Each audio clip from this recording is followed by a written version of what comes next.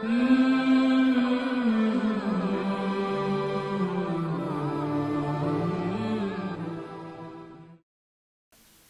بالله من الشيطان الرجيم. بسم الله الرحمن الرحيم. والصلاة والسلام على سيدنا ونبينا محمد. اللهم صل على محمد وعلى آله الطيبين الطاهرين، ولعنة الله على أعدائهم أجمعين. السلام عليك يا أبا عبد الله، وعلى الأرواح التي حلت بفنائك. عليك مني سلام الله أبدا ما بقيت، وبقي الليل والنهار. يا أبا عبد الله، يا مظلوم، يا شهيد كربلاء. Imam Ridha عليه السلام and Imam Sadiq عليه السلام, the sixth Imam, said, رحم الله من أحيا أمرنا.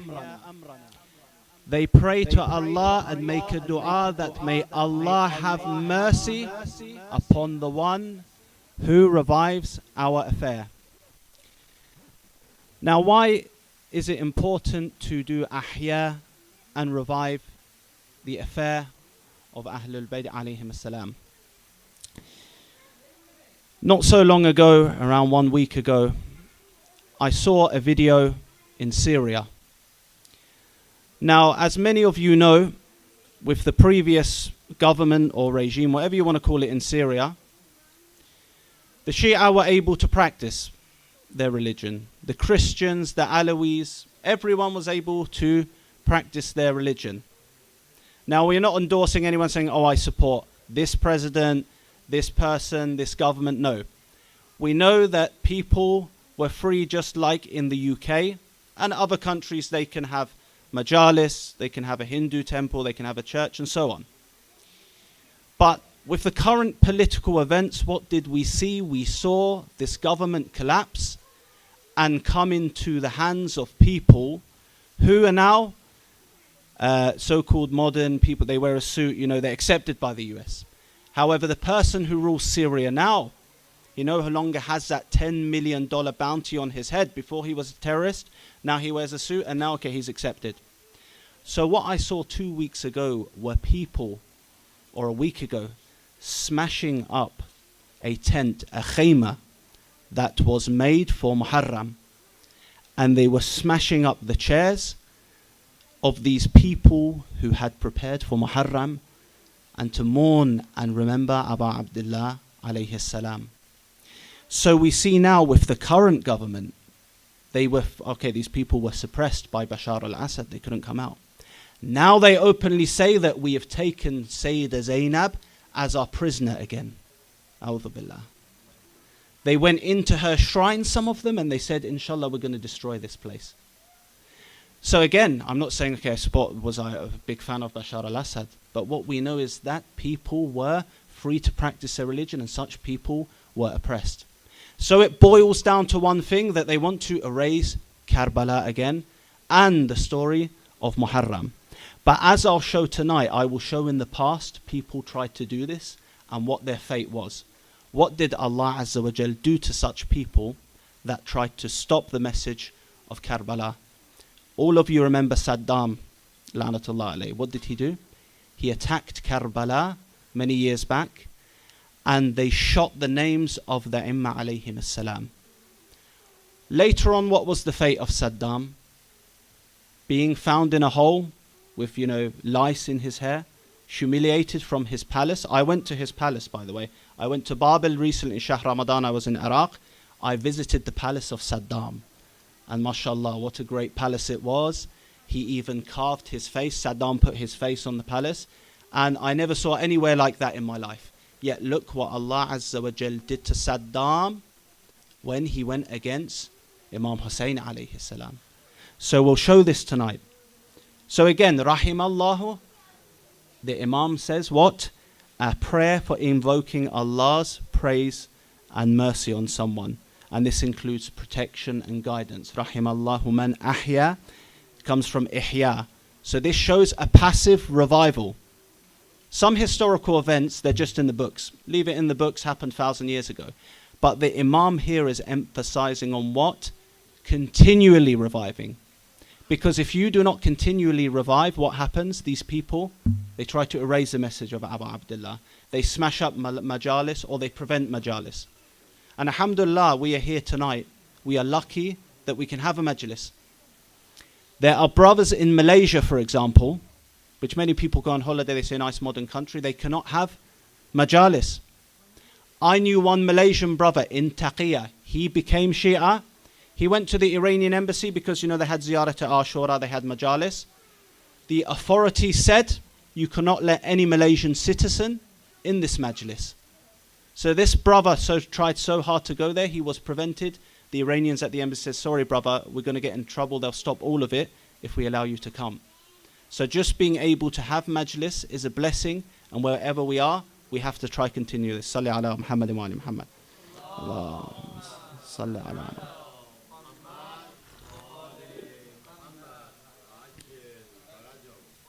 Now revival, why does someone do iḥyāʼ? Or the iḥyāʼ, because they have hub, they have love in their heart for Imam Hussain alayhi salam. And from loyalty, the loyalty comes to the Imam from what? From your love for the Imam. But it is important for us, who do we have loyalty to in this life? That is what we are going to discuss today, the correct type of loyalty and the wrong type of loyalty. And why those people who had this wrong type of loyalty, what did they do? They ended up going against Abu Abdullah alayhi salam. So firstly, I'll discuss loyalty out of love. That if you have loyalty, it comes at a price. If you are with the zalimeen, the tyrants, tughat, you might have an easy life temporarily. But when you have true loyalty, some hardships will come. We'll examine that. Number 2, the companions of Imam Hussain alayhi salam who chose sacrifice over the dunya. They didn't choose the dunya, they chose to sacrifice themselves. And subhanAllah, they're remembered today and praised, whereas people and tyrants, they are cursed. Third, how people had such loyalty to tyrants that they made fake hadith. They would write down hadiths and praise people like Muawiyah and other caliphs. So we'll discuss this as well. And 4, we will see how these tyrants had such a hate for Imam Hussain alayhi salam that cutting his neck, it wasn't enough. They tried to also destroy the grave of Imam Hussain alayhi salam. I'm going to speak about some stories that you find in Bihar al-Anwar and history about this. Don't just think it's Saddam, no. Before Saddam, they would try to destroy the grave of Imam Hussain alayhi salam. If they claimed to be Muslims and killed the Imam, why they wouldn't do that? When some people at my work, they ask me, why is there Muslim terrorists? I say, look, those people who killed Abu Abdullah, they said, we're Muslims. We pray, we have signs of sujood. Khawarij, who fought Imam Ali alayhi salam, they have big mark from the Moor, the turban on their heads. But all of this was worthless because they didn't have the wilayah of Ahlul Bayt alayhim salam. They showed bughd, they showed enmity. So we'll discuss these points and we will show how even miracles happened which prevented them from destroying the grave of Imam Hussain alayhi salam. So first, loyalty, a costly choice. That's what happens when you have wafa. I think it's the same in Arabic and Farsi, wafa. It comes at a price. Now Imam Hussain alayhi salam, he didn't say you need to stay with me and all get martyred, become shaheed. He gave an option. John, for example, who knows John? Joan, the black slave who was freed and then he assisted Imam Hussain alayhi salam. He was one of the people that Abu Abdullah said, okay, you can go. And what did he say? So you can go in the night. He refused and he says, I seek Jannah, Behesht, paradise with you, Ibn Rasulullah. Do you think I would stay with you at this moment? So this loyalty came at a price. It led to, of course, the martyrdom of such people. But he says, do you think I would ever leave you? So this is one example of the good loyalty. And it shows us that some people, they chose loyalty for the sake of Allah, and others have loyalty for what? The tyrants, for the dunya. But it's not worth it, because anything you get, you become tired of it. For example, you buy a new car, you drive it a few times, you're very excited, it just becomes a car. So one brother I know before, he spent £400 on like a shirt, Gucci shirt. He wore it, he was very happy. And then after that, he's like, it's just like a normal t-shirt now, I don't care. So any dunya thing you get that high, and it becomes normal after that. Even you have a big house, after it becomes just normal, and then you say, okay, I want something bigger than that after that. So these people sold themselves for a cheap price. What's one of the ways that they did this? One of the ways was to fabricate a hadith. And mashallah, I just spoke to a brother here, Jordanian brother, he was telling me about some of his research in this. That you see some of the hadiths about Rasulullah sallallahu alayhi wa alayhi, and you think this is so strange. Or you see hadiths about someone like Muawiyah. He fought Imam Ali, alayhi salam. He got people to do seb, insulting, and curse Imam Ali, yet there's apparently praise of him. So Kitab Sulaim, does anyone know Kitab Sulaim here? Kitab Sulaim ibn Qais al-Hilali. This is the earliest Shia book, even before Al-Kafi. And it was written down and hidden by some of the Imams. Because Omar, the second caliph of them, he banned hadith for a while. He said, you're not allowed to write hadith. If you look in history, he banned it. Why?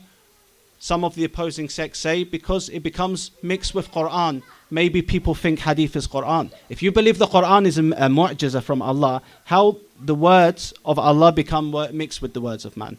They make excuses. The real reason for this was what? To hide the fada'il of Ali Muhammad alayhi salam, salawat.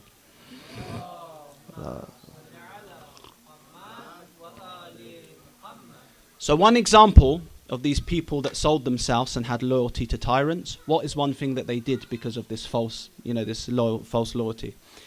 It says in Kitab Sulaim that they fabricated hadith about Uthman so much.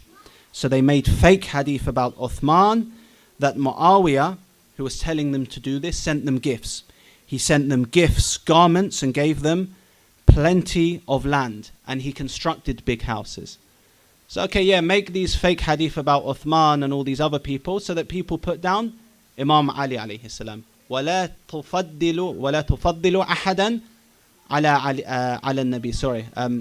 No, that's the Prophet. Do not favor anyone over Ali alayhi salam. We have many hadiths around this context about do not favor anyone over Rasulullah. And then Imam Ali alayhi salam. That he is not a prophet, but he's like Harun was to Musa. So it says that they fabricated some of these hadiths, or many hadiths, and they were given big houses, and this became luxurious for them. There was no town who reported merits about Uthman, that his name was noted and he was recommended. So basically it was saying that they fabricated so many ahadith, and they received gifts because of this. So again, the wrong type of loyalty for what? Material, for mal, flus, pool. Okay, you give me all these temporary things, and I will fabricate a hadith. This was one way. They sold their religion for the world. And of course they thought that they would escape punishment because of this. So they would forge a hadith on the instructions of Muawiyah and make false merits about these people.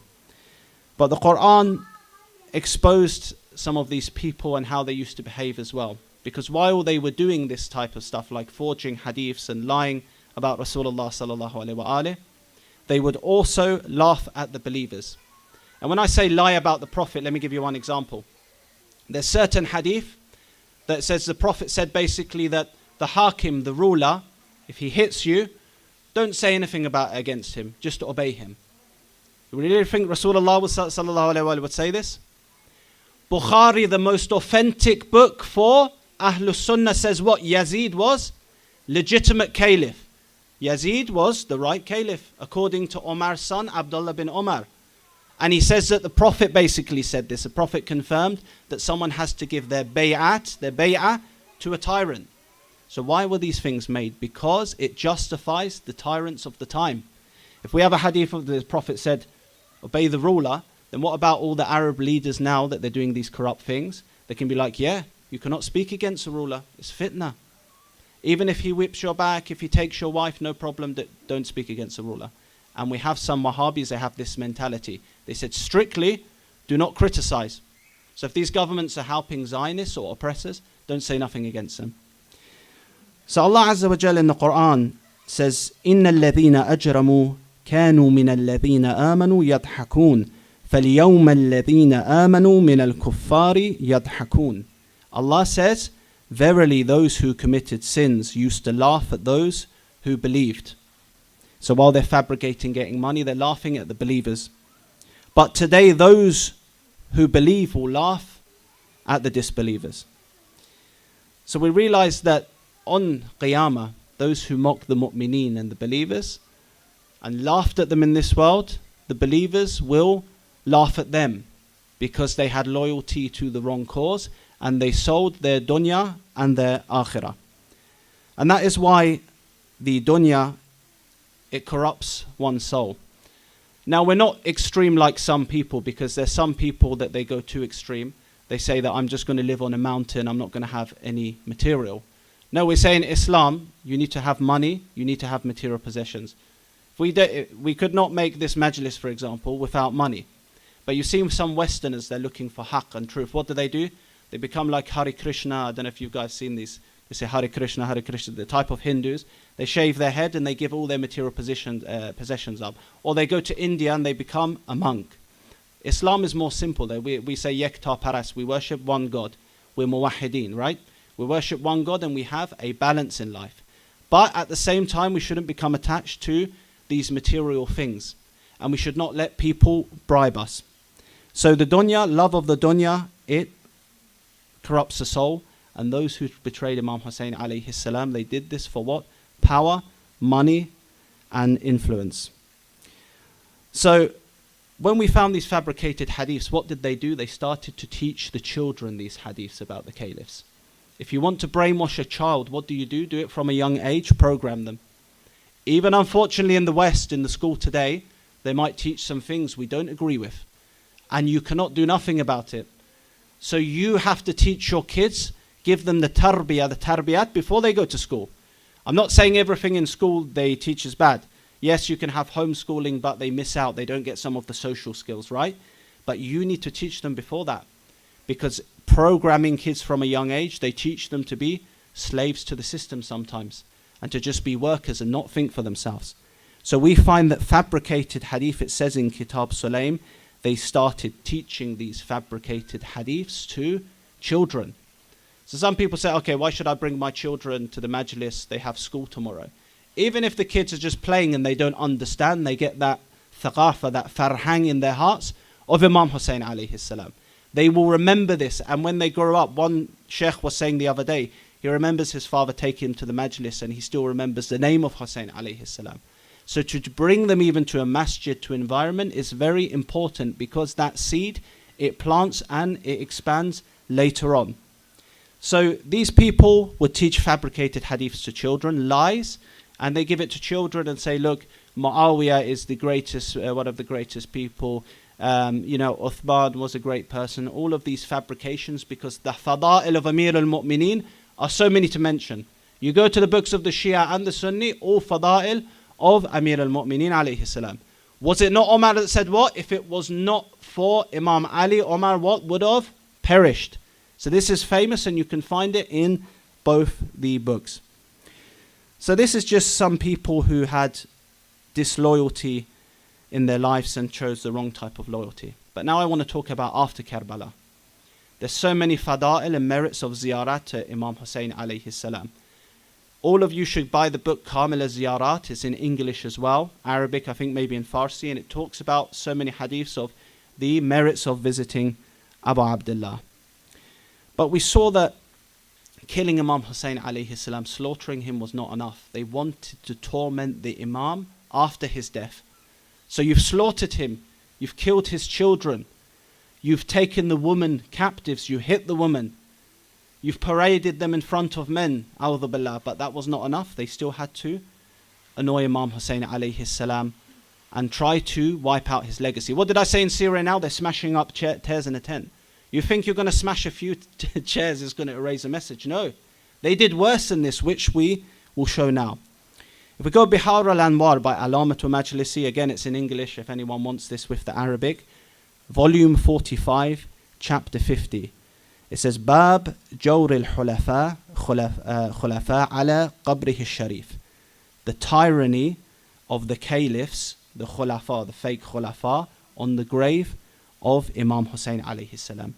And let me mention some incidents which happened in history, how they even tried to erase any memory of Imam Hussain alayhi salam. Again, it connects back to what I said of Imam Ridha, rahimallahu man iḥyāʼ amrana. May Allah have mercy on the one who revives our affair. Let's see how they did this.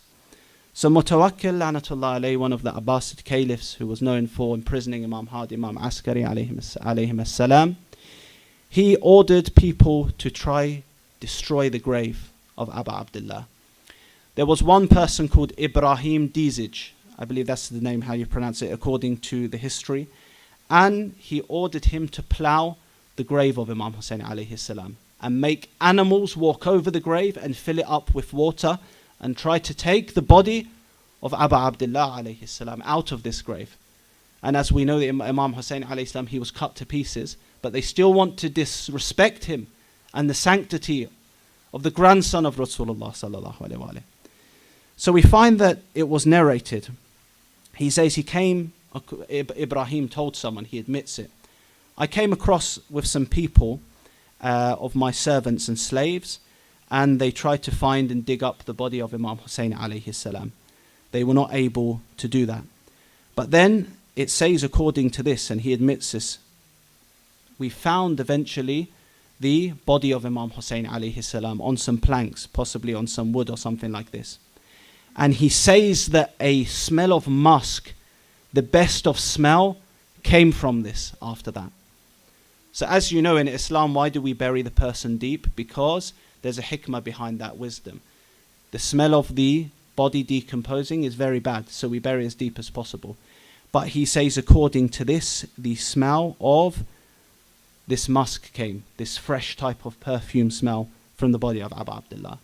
He then says, I instructed pouring soil on it, sprinkled water upon it, and then I told cows to go across it. So the animals, I told them to run across and start digging up, violating the body of Imam Hussain alayhi salam. And they went with axes and tools, but they could not do so. So what happened was, this was like a sign. See, these people, hayawanat, they're worse than animals. Even the animals, according to these people, and they admit it themselves. So we know they're telling the truth on this because they admitted these animals would not tread on the grave of Imam Hussain alayhi salam. So they brought some bulls, it didn't work. Another person, Abdullah bin Rabi, he says, I saw bulls being driven to the grave, and when they reached the site, they tried to put them over the grave, the spot where Imam Hussain alayhi salam was buried. Now take a note, these are maybe different incidents that happen in the same time period, but they tried many times possibly, according. So he says that, okay, let's hit the animals. Sometimes when you ride a horse animal to make it move, what do? You hit it. They tried to hit the bulls to go over the grave of Imam Hussain alayhi salam. It still didn't work after that. They said even the animals refused. And this is interesting because even scientifically when you look, some animals have loyalty as well. You see there are certain, someone has a dog for example, you can have a guard dog. Dogs have saved the life of their owner before. If some people have a certain type of dog and someone attacks you, we've seen videos where the dog will attack the person, it will bite it in a fierce way. This shows that even animals have a certain amount of loyalty. And Allah Azza wa Jal wanted to show these people that, look, you may try to tell these animals to do this, but they won't do it. So it says that the animals would not go on the grave of Imam Hussain alayhi salam. So again, this guy Ibrahim Dizij, this other guy that comes with him, his name was Harun al-Mu'arri, he tried to also destroy it, and he admits here. He says that Mutawakkil sent us to dig up the grave of Imam Hussain alayhi salam and flow water on it. Let's vandalize the grave of Imam Hussain alayhi salam. When I determined upon going out and traveling to the area, I saw Rasulullah in a dream. Now dreams, sometimes Islamically you have a dream, you saw a dream. Sometimes it can be from Allah, sometimes, this is called Imam Sadiq, sometimes from shaitan, and sometimes you have a dream, it makes no sense, it's completely random, So this person, before doing that, he saw a dream from Rasulullah sallallahu alaihi wasallam. This is tawfiq from Allah. Even the biggest sinner sometimes, Allah tries to warn you not to do that thing. Let me give you an example. Let's say someone, he's going to do haram. He wants to go meet a woman, do zina, a'udhu billah. Maybe his car breaks down. There's certain people, they wanted to do haram, they were stopped. It's like Allah's giving you another chance not to do this haram. Stop and think about it. So this person here, he was ordered by Mutawakkil to go with Ibrahim to destroy the grave of Imam Hussain alayhi salam.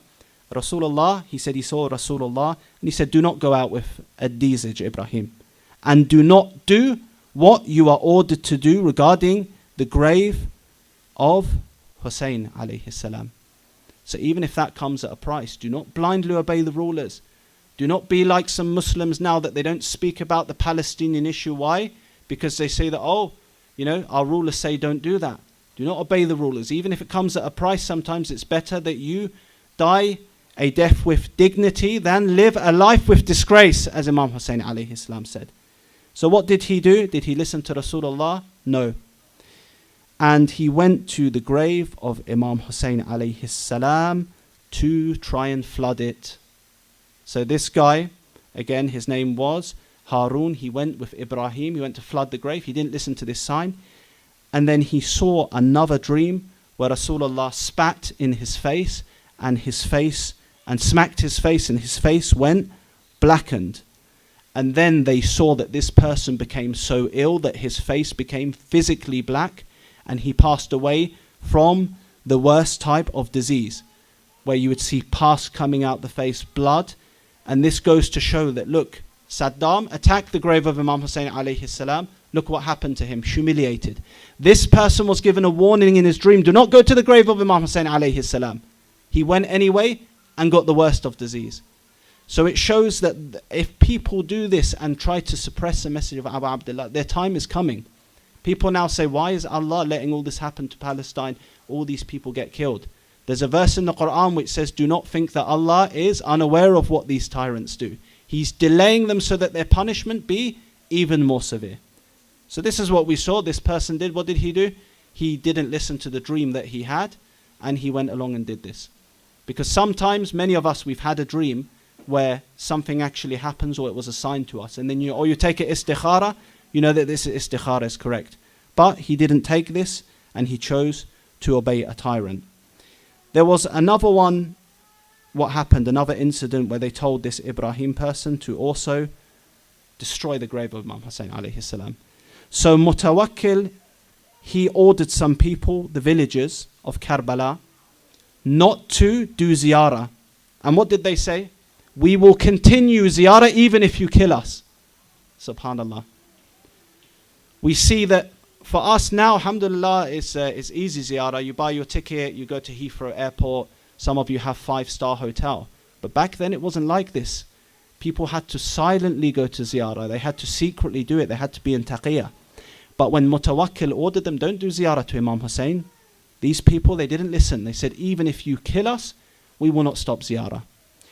So what does it report here in Bihar al-Anwar? Ibrahim, this same guy. So again, I believe it could have been on the same day or different instances. It doesn't say exactly, but he says, shoot them. He says to his slaves, the arrows, shoot all of these people, kill them, so they cannot prevent us destroying the grave of Imam Hussain. Salli ala Muhammad wa ali Muhammad.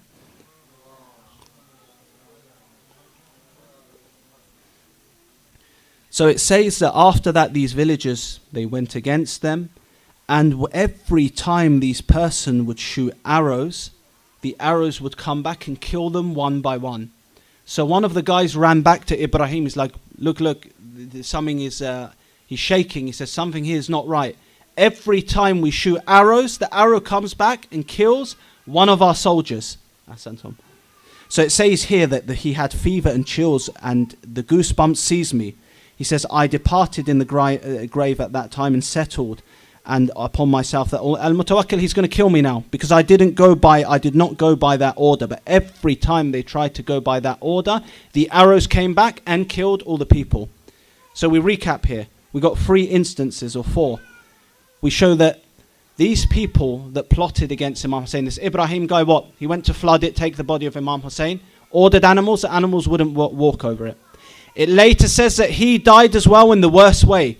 One of the doctors came and he was in the worst way. This Harun guy who assisted him, he saw the dream, Don't go there. Don't do that to Imam Hussain alayhi salam. He did it and then he died in the worst way possible as well, with pus and blood coming out of his face and his face blackened in like what he saw in the dream. They even tried the physical means, as we said, shooting the arrows. The arrows came back and pierced their faces and killed them. And then Al-Mutawakkil, who ordered all of this, what happened to him? He was killed by one of his Turkish guards. And it was plotted by his brother as well. Because with these tyrants at the same time, what do we see that happens with them, these zalimeen? Even their own brothers, they will kill them, or their fathers and mothers, just for power. If you don't respect Abu Abdullah, Imam Hussain alayhi salam, then how are you going to respect your family?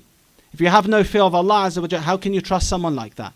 So Mutawakkil himself ended up being killed by one of his own guards. And again, this is history testifies to this. We see it again and again. You're saying, okay, but this is all in history, hadith. We saw it ourselves. Saddam attacked Imam Hussain alayhi salam grave.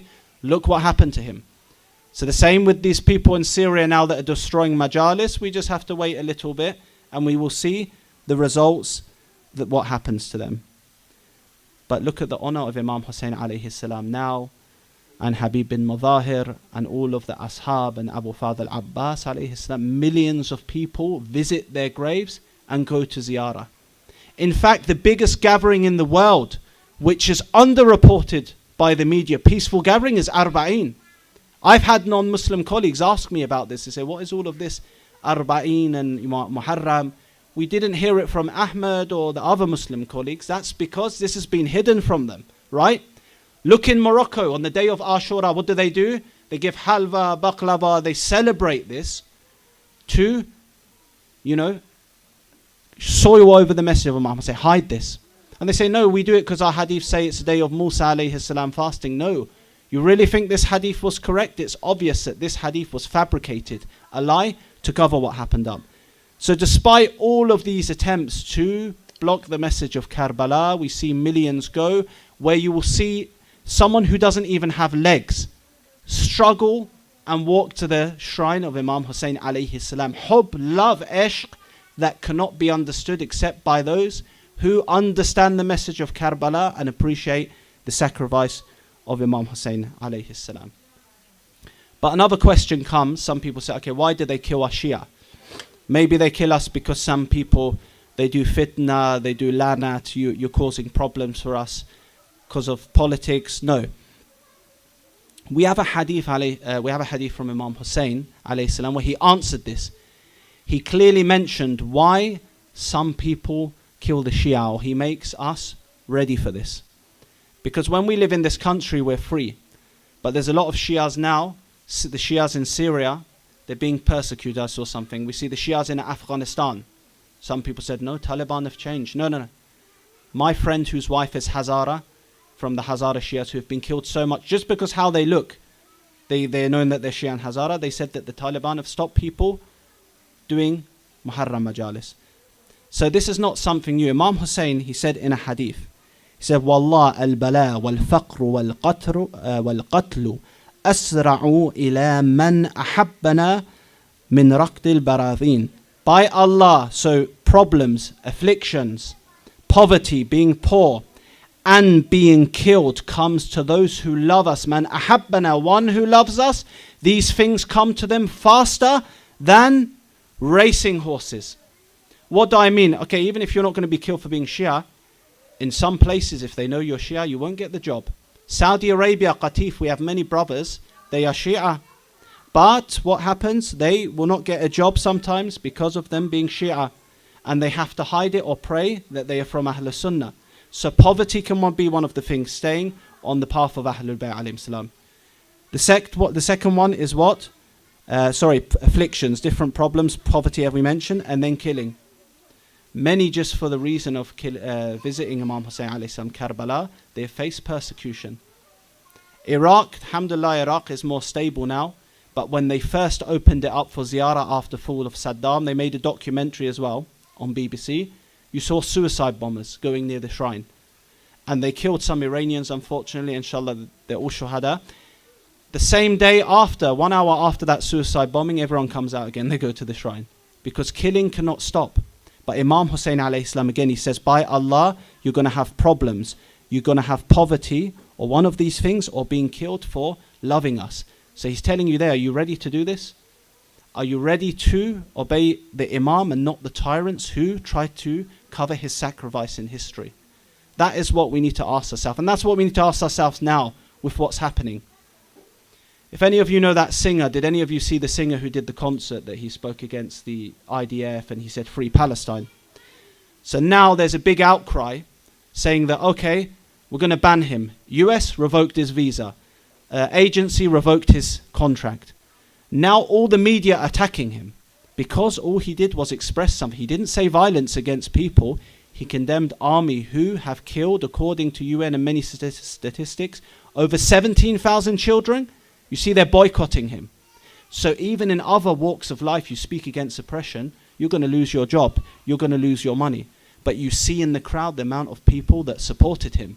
And he probably knew this. If I speak about the Palestine issue, let me just do my concert, my music, get my money and go to America. No, he spoke out about this and they asked him, oh, do you regret doing that? He said, no, it's important to teach your kids that you stand against injustice that we're doing now. And that's why Imam Ridha alayhi salam said, we need to revive such an affair. So if we go on, we saw tonight, let me recap the points. I don't want to make it too long for all of us. We saw tonight what true loyalty looks like, the companions of Imam Hussain, John. You can go. Some of these companions, you can go in the middle of the night, that's fine. No, I would never leave you, Ya Aba Abdullah, they stayed. We saw what false loyalty looks like to the tyrants. The people who sold their religion to the tyrants, who made fake hadiths to the tyrants, and who attacked the grave of Imam Hussain alayhi salam. But did that delete the name of Imam Hussain, erase it? Abadan, never. Because of these things, it only strengthened the message of Karbala. And we saw that the real sacrifice, real truth cannot be buried. Because every Ziyarah and in every tear, and even going to a majālis as well, or going to the Ziyarah, or just reviving or making lectures about Imam Hussain or videos or posting, all has a contribution to the preservation of Karbala. But we see that those who love the dunya, they will hate, and they love the tyrants, they'll hate the message of Imam Hussain. Why some governments now, like in Kuwait, they're saying for majālis, you need to sign up and register it. Because these Arab leaders know, and these corrupt leaders, that Imam Hussain alayhi salam's message is within the heart of the Shias. They don't fear anything. Even about the Iran situation, they attacked Iran. My family's area got attacked. On Piers Morgan, he was saying, what is it about Shia theology, aqa'id, which you think won't deter the Iranians from being strong and accepting what happens and fighting? And they mentioned about the story of Muharram.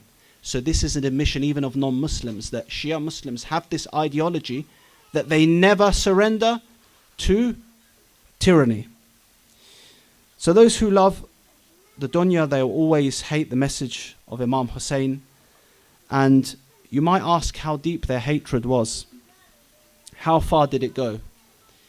Tonight we remember Ali Asghar, Abdullah Radi, as they say in Arabic, that these people's hatred was not just for the grave of Imam Hussain after that, or for killing him, even for the seed of Imam Hussain alayhi salam, which was his children. It reached the place where even an infant was not spared. And in many of the historical reports, it mentions this, whether in Shia or Sunni historical reports, it mentions this.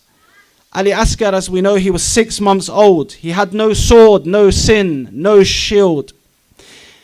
By the time the sun was high in the sky, over 70 noble souls had been martyred, each one giving their life for truth, for the message of Rasulullah sallallahu alaihi wasallam.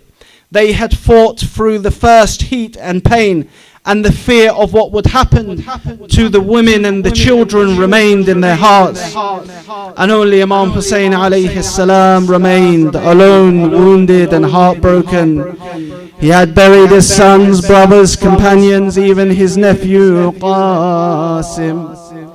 Every tent now echoed with the cries of the orphans and the widows. Suddenly Hussain heard a sound that pierced his heart more than any sword could. the sound of a baby crying was heard by everyone and heard by Imam Hussain عليه السلام, which was his son called Ali Asghar, who was only 6 months old. His lips were dry and his face was pale and he was crying from thirst. Imam Hussain looked at his baby and held him close and kissed him. He then walked out to the battlefield, not to fight, but just asked for simple water for Ali Asghar, who he held in his arms, and said, if I am the one who you hold a grudge against, if you hate me, then what crime has this child committed? Just give some water to this child, one drop of water.